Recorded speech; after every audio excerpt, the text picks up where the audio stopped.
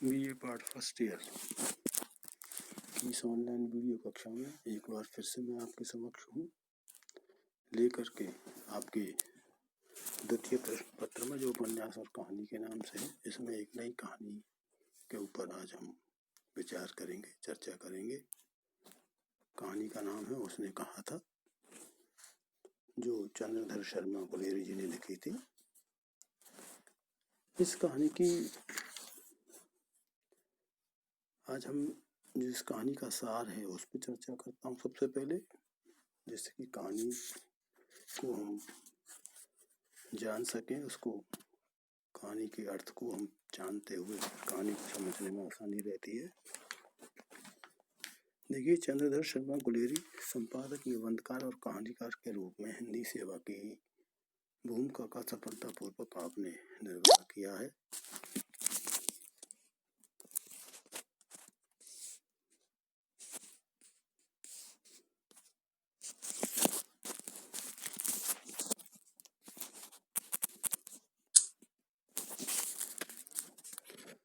आपने अपने साइवन में सुख में जीवन, बुद्ध को काटा और उसने कहा था मात्र 3 कहानियों की रचना की, और वे हिंदी कहानी जगत में इन तीनों कहानियों के माध्यम से ही मूर्धन्य कहानीकार के रूप में प्रतिष्ठित हो गए।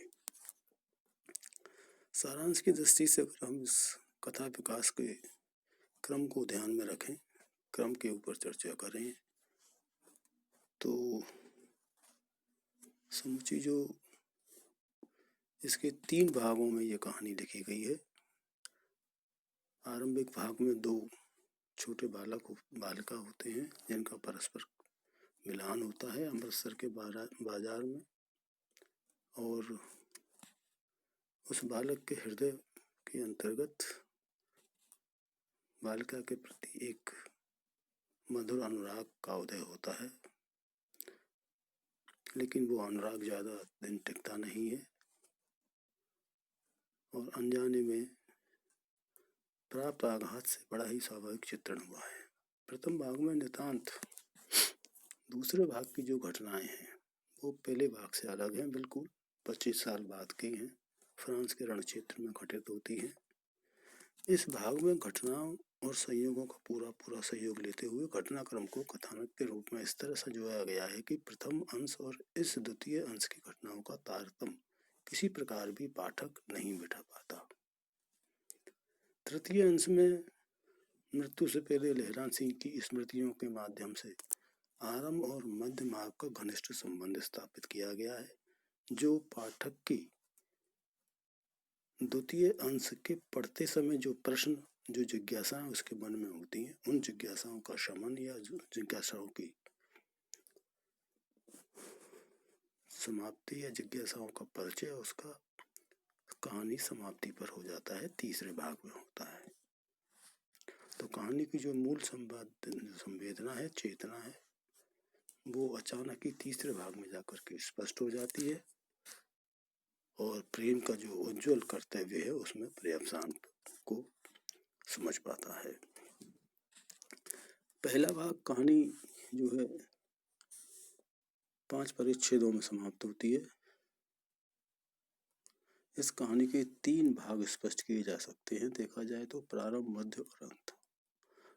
आदि के भाग में लेखक ने अमृतसर में जो बाजार होता है,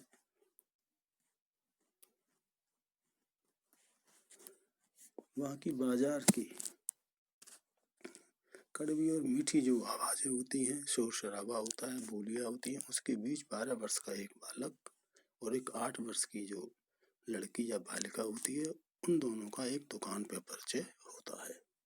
लड़का वहाँ अपने मामा के सिर के बाल धोने के लिए दही लेने जाता है और लड़की रसोई के लिए बड़ी लेने जाती है। वे महीने भर तक जब तक मिलते रहते हैं तो जो शैशव जनित जो अनुराग और प्रेम होता है उन दोनों के बीच काफी मजबूत हो जाता है।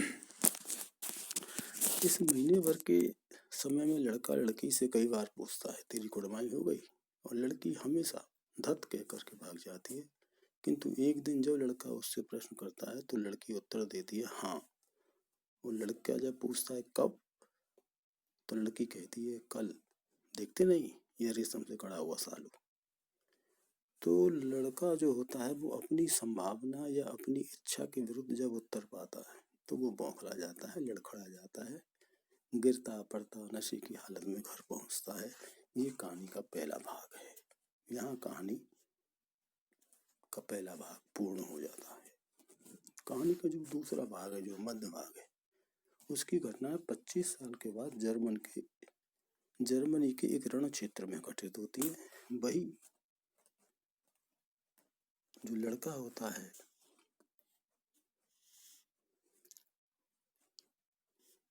12 वर्ष का जो लड़का होता है, वह लड़का अब लहना सिंह के नाम से जाना जाता है। नंबर 77 सिख राइफल में एक जमादार है।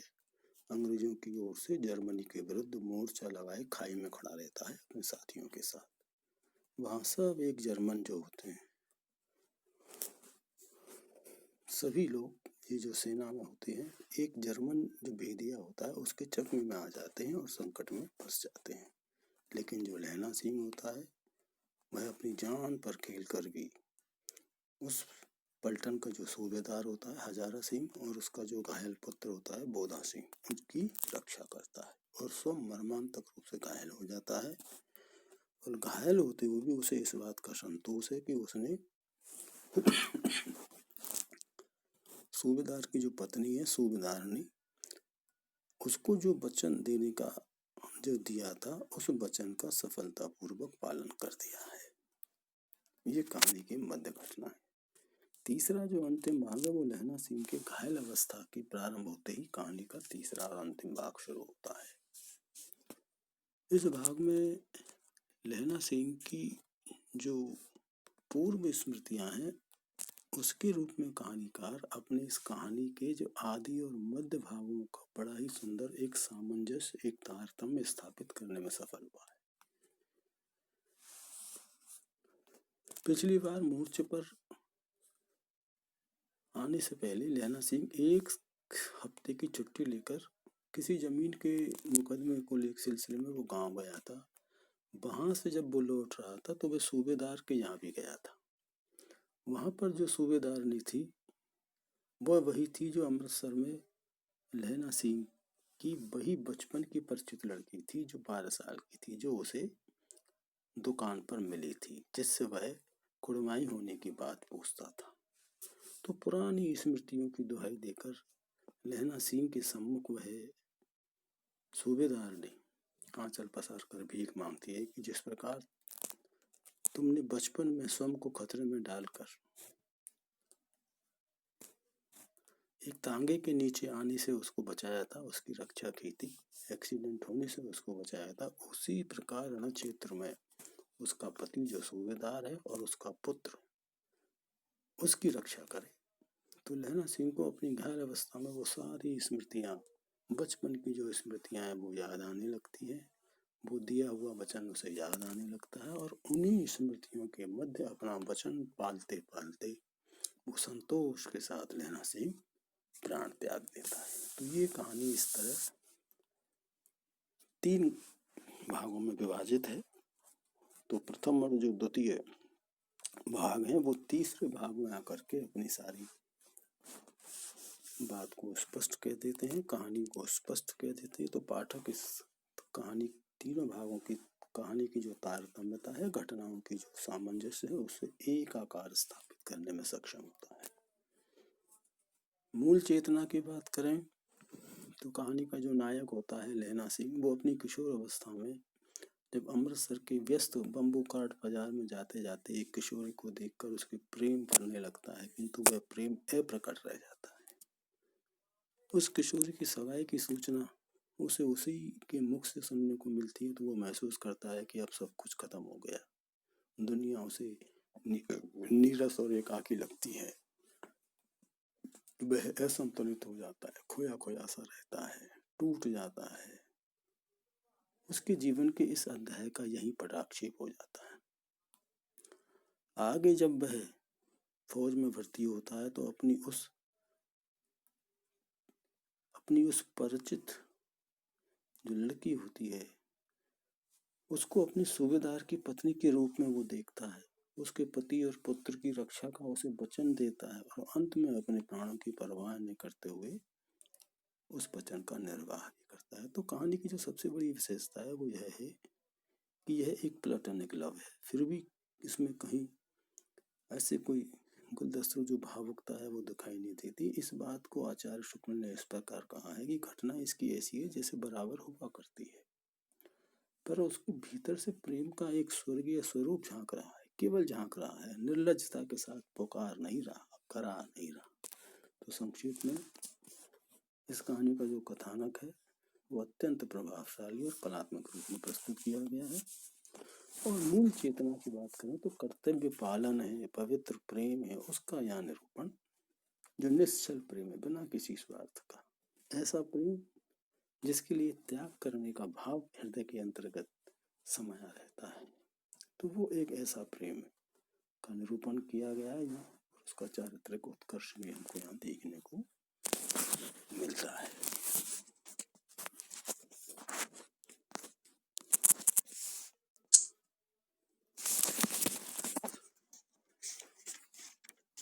तो ये मैंने आज इसका कथासार और उससे आपको परिचय करवाया। अगर हम कहानी के इस कथानक की विशेषताओं पर बात करें तो इसके अंतर्गत जो रोचक और प्रभाव पैदा करने वाला जो तत्व है वो निश्चित ही इसके अंतर्गत शामिल है। आरंभ इस तरह होना चाहिए कि पाठक के हृदय में उत्सुकता बढ़े और उसे पढ़ने के लिए अत्यधिक लालायित उठे, उसकी सारी जिज्ञासाएं एक साथ आंखों में दिखने लगे। तो गुलेरी जी की प्रस्तुत कहानी आरंभ इस दृष्टि से बहुत आकर्षक है। इसमें अमृतसर के बाजार की भीड़ भाड़ का दृश्य है, चौक की दुकान है, किशोर किशोरी के परस्पर मिलन है और परिचय वाले दृश्य हैं। ये सब इसका जो दृश्य निरूपण है वो निश्चित ही पाठक को अपने से जोड़ने में सक्षम है। कहानी किशोर कहानी का जो नायक है लहना सिंह और किशोरी सूबेदारनी होरा, उसका नाम होरा होता है, एक दूसरे से अपरिचित होते हुए भी सरल और निश्चल स्नेह भाव से आपस में जुड़े हुए होते हैं। 1 महीने तक लगातार वो मिलते हैं किसी न किसी बहाने से बाजार के अंदर। इसके बाद कहानीकार ने कथानक को एक नया मोड़ दिया है। जर्मन के मोर्चे का दृश्य पाठक के अंतर्गत एक रोचकता पैदा करता है। इस तरह देखा जाए तो इस कहानी का जो कथानक है वो दृश्य निरूपण की दृष्टि से निश्चित ही सफल है। इसमें पात्रों के मनोवैज्ञानिक स्थिति की ओर भी पर्याप्त इसमें संकेत दिया गया है।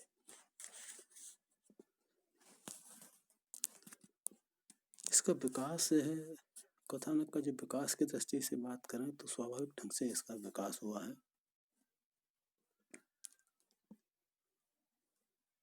लहना सिंह का जर्मनी के मोर्चे पर जाना, वहां सूबेदार हजारा सिंह के साथ उसके पुत्र बोधा सिंह की सुरक्षा का ध्यान रखना, शत्रुओं के द्वारा प्रत्याशित आक्रमण करना, लहना सिंह के घायल होने के बाद भी मोर्चे पर डटे रहना, ऐसी घटनाएं हैं जिन्हें कहानीकार ने एक सूत्र में पिरोया है। तो इसे कहानी की जो कथानक है इसमें एक गतिशीलता इससे बनी रहती है और पाठक एक ही बैठक में इस कहानी को लगातार पढ़ता जाने के लिए बाध्य हो जाता है। तो इसमें सरसता है, रमणीयता है, रोचकता है, कौतूहल भी बना रहता है, इन सब का समावेश हमें देखने को मिलता है। तो विकास की दृष्टि से इस कहानी का जो विकास है वो स्वाभाविक है और उचित ढंग से हुआ है। नाटकीयता पर अगर हम बात करें तो कथानक में उसे गति प्रदान करने वाले जो संवाद है उसका अच्छा समावेश किया गया। घटनाक्रमों में अत्यंत नाटकीयता है। पहला दृश्य है, आपस में मिलते हैं दोनों किशोर और किशोर, वो सब नाटकीय ढंग से होता है। अभिनेता की दृष्टि से भी सही है।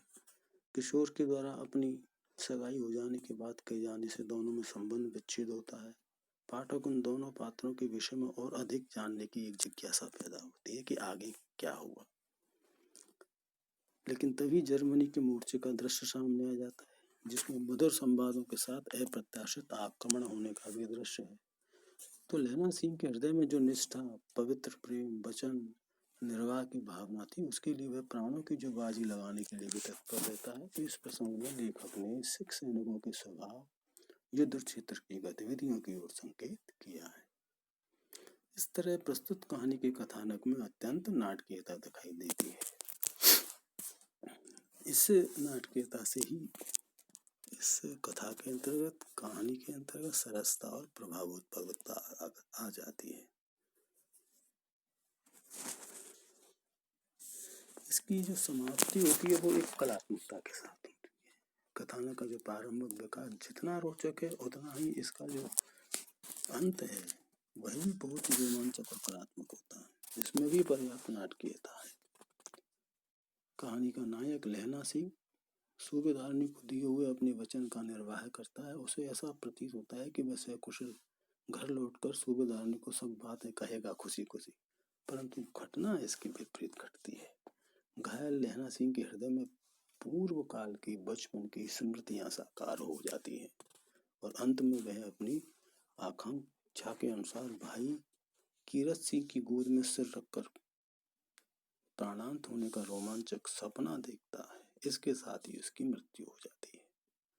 तो कथानक में पूर्व घटनाओं की जितनी संगति है, अंत में उसमें उतनी ही अप्रत्याशित स्थिति भी है। पाठक इस तरह की समाप्ति से सहसा रोमांचित हो उठता है, एक लगाव पैदा कर लेता है उस कथा से। उसकी संपूर्ण संवेदना लहना सिंह के प्रति उमड़ करके सामने आ जाती है। तो कहानी का अंत भी, इस कहानी की कथा का अंत भी अत्यंत प्रभावी। संक्षिप्त में इसे जो उसने कहा था, ये कहानी है सभी विशेषताओं से मंडित है। इसमें कथानक के विविध अंशों की संगति और संगठन बड़े रोचक ढंग से देखने को मिलती है। कहानी निश्चित रूप से एक विशिष्ट साहित्य जगत की, हिंदी साहित्य जगत की बहुत ही विशिष्ट कहानी है। तो आज की मैंने इस ऑनलाइन वीडियो में इतना ही। आगे फिर उसने कहा था कहानी के ऊपर जो अन्य दृष्टिकोण है उनसे फिर हम बात करेंगे, उनको लेकर भी हम चर्चा करेंगे। तब तक के लिए नमस्कार।